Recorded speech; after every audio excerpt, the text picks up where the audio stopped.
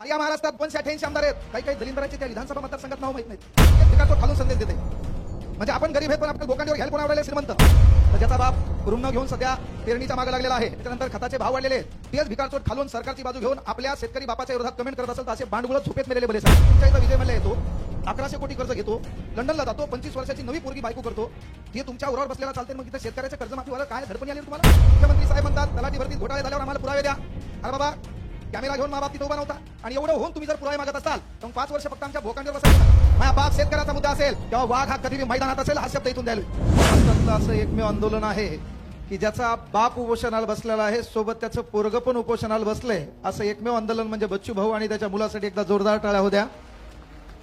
त्यानंतर 51 जण इथं उपोषणाला बसले, त्यामध्ये एक वयोवृद्ध आजी आली होती जिची शुगर 450 पेक्षा अधिक आहे.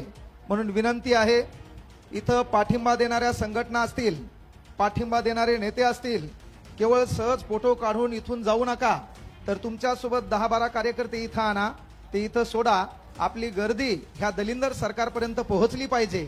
आपल्या मागण्या काय आहेत, मेन काय माहितीये का? बच्चू भाऊ, येणारा काळ तुमचाच आहे, पण होतंय काय माहितीये का? आम्ही फेसबुकला खाली कधी पाहिलं तर ज्याचा बाप रुग्ण घेऊन सध्या पेरणीच्या मागे लागलेला आहे, पाऊस कधी पडतोय, त्याच्यानंतर खताचे भाव वाढलेले, तेच भिकारचोट खालून सरकारची बाजू घेऊन आपल्या शेतकरी बापाच्या विरोधात कमेंट करत असेल तर असे बांडगुळ झोपेत मेलेले भले सारे.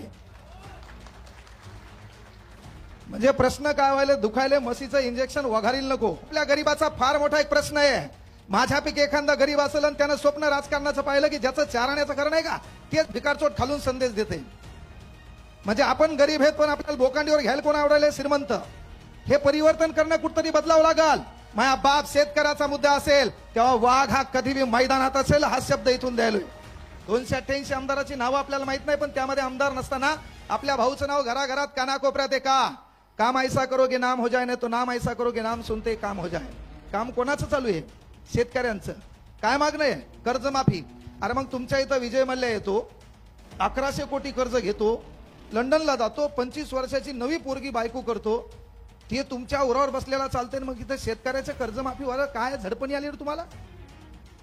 राजकारणामध्ये तुमच्या गप्पा लयच भारी होत्या ना बाबा. मग सरकार विरुद्ध बोललं की पुन्हा तुमच्या पुढे लाग लागती. विषय काय आहे ते आज नाहीये, पण संघर्ष करण्यासाठी आपल्याला एकत्र यावं लागेल.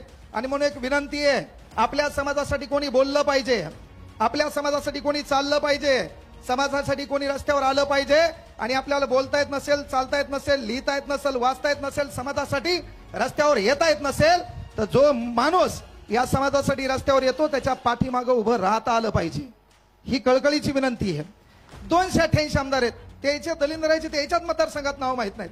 बायको उभी आहे का, नवरा उभा आहे का, ते निवडून आले का सून निवडून आली, त्याचा तेल ताळमेळ नाही.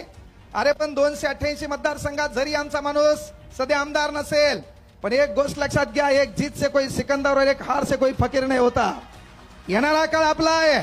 बच्चू भाऊ साठी एवढंच म्हणेल, अरे काही हार बाकी है, काही जीत बाकी है, काही हार बाकी है, काही जीत बाकी है, मेरे जिंदगी का कई सार बाकी है, यहां से कर ली है मैंने मेरे जिंदगी की शुरुआत, ये तो किताब का एक पन्ना था, अभी तो पूरी किताब बाकी है, अभी तो पूरी किताब बाकी है. मी या ठिकाणी एक विद्यार्थ्याची बाजू देखील घेऊन आलोय. बच्चू भाऊ, आमचा एक प्रॉब्लेम आहे, या गव्हर्नमेंटने एक परीक्षा आणली पा TCS, आणि या TCS मध्ये हे गव्हर्नमेंट काय करायला, एका पोराला एक फॉर्म भरण्यासाठी 1000 रुपये घ्याले. एक फॉर्म भरण्यासाठी 1000 रुपये घ्याले. याच्या अगोदर महाविकास आघाडी सरकार होतं, त्यानं मात्र आमचा कार्यक्रम केलता. त्यानं आमची फीस काय केली, महापोर्टल मार्फत 700 पर्यंत नेऊन घातली होती. आणि आता 1000 रुपये TCS ने फीस केलेली आहे.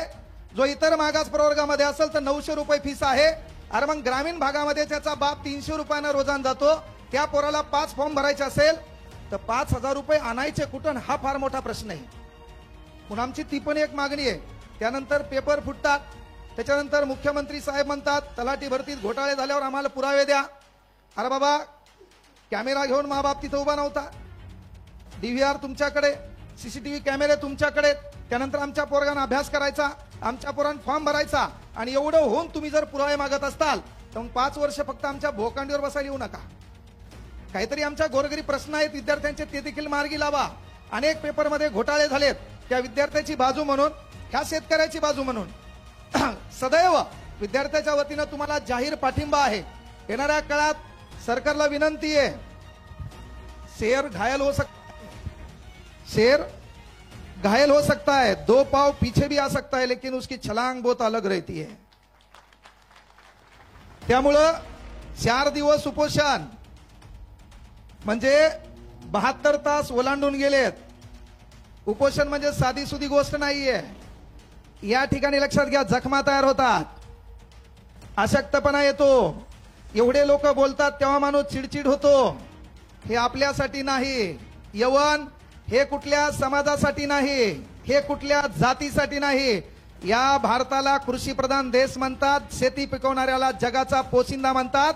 तो पोशिंदा जगला पाहिजे, त्याच्यावरली कर्जमाफी झाली पाहिजे, त्याच्या लेकराला न्याय भेटला पाहिजे। यासाठी आपला वाहक मैदानात आहे। आपला वाहक सध्या अन्नत्याग करून 4 दिवस झाले उपोषण करतोय।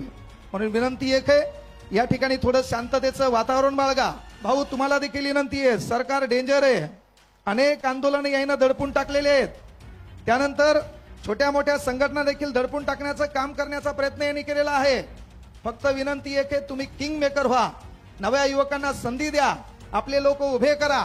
आणि तुम्हालाही विनंती आहे, आपण गरीब असताना गरीबाचा सन्मान करा, आपल्या लोकांना मोठे करा।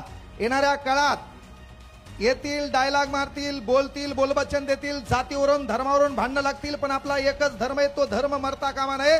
तो धर्म आपला भारतीय आहे आणि आपली जात सध्या शेतकरी आहे, कारण या देशाला कृषी प्रधान देश म्हणतात। ती भूमिका सदैव स्मरणात ठेवसाल।